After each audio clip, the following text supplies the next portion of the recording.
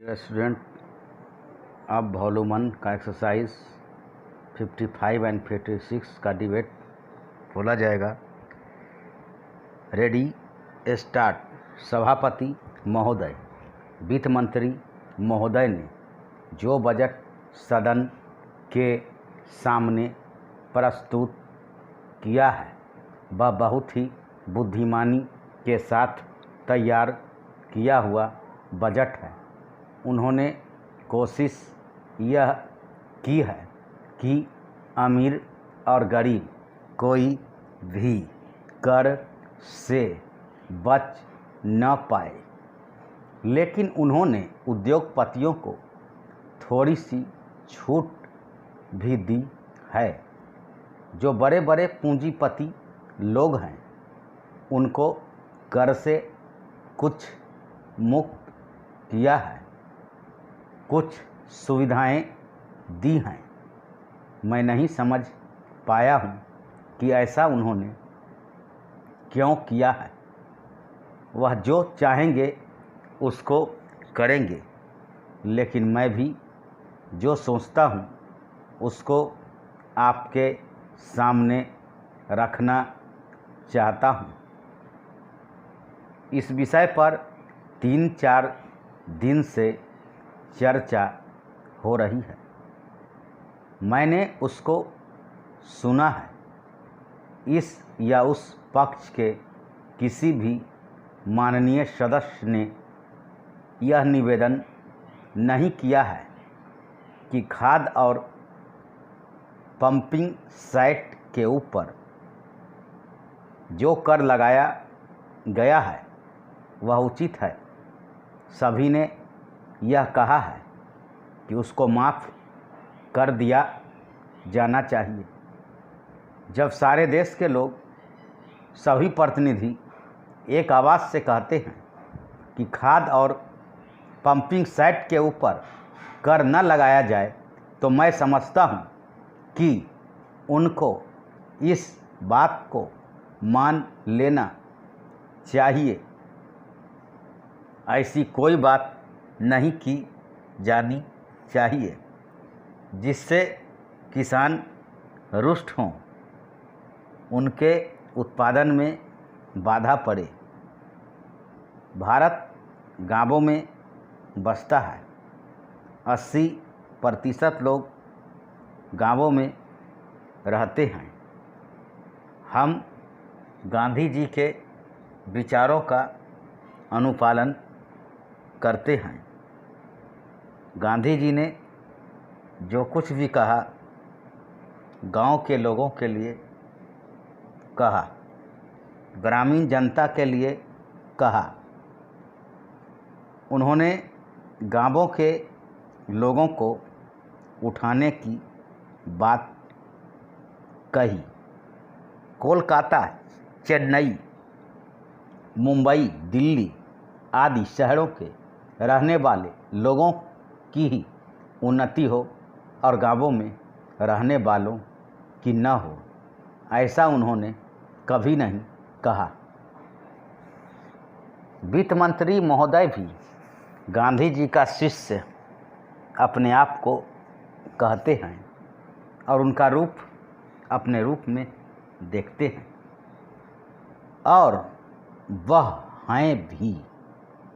इसलिए उनका यह कर्तव्य होना चाहिए कि गांधी जी के विचार के अनुसार वह सारे देश में मद्य निषेध को कार्यान्वित करें। चूँकि हमारा कृषि प्रधान देश है, इसलिए वह पशुधन को बढ़ाएं, उन्नति की व्यवस्था करें और सारे देश में गौवध को बंद कर दें। सरकार ने यह संकल्प लिया है कि हिंदुस्तान में समाजवादी समाज और लोक कल्याणकारी राज्य की स्थापना की जाएगी। इस समय देश में आर्थिक विषमता अधिक है।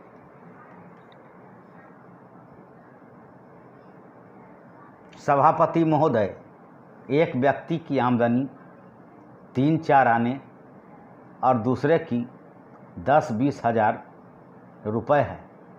अगर वित्त मंत्री महोदय इस विषमता को दूर नहीं करेंगे तो समाजवाद का नारा बिल्कुल कोरा और कागजी सिद्ध होगा। इस देश में 8-10 करोड़ हरिजनों का एक ऐसा वर्ग है जिसकी आर्थिक स्थिति बहुत गिरी हुई है। इस बजट में उनकी उन्नति और कल्याण की योजनाओं का समावेश होना चाहिए। वित्त मंत्री ने 1500 करोड़ रुपए के जो कर लगाए हैं उनसे देश के आम आदमियों की हालत खराब हो गई है। मुझे इस बात की बड़ी प्रसन्नता है कि योजना के अंतर्गत देश में विकास कार्य हो रहा है और अब हम इस दिशा में कुछ कर पाए हैं, वह प्रशंसनीय है। लेकिन मुझे दुख के साथ कहना पड़ रहा है कि जहां कृषि के क्षेत्र में उत्पादन बढ़ रहा है, उद्योग के क्षेत्र में उत्पादन बढ़ रहा है, देश की संपत्ति बढ़ रही है, हर आदमी की औसत आय भी बढ़ रही है, फिर भी हमारे यहाँ की पुरानी गरीबी बिल्कुल नहीं हटी है।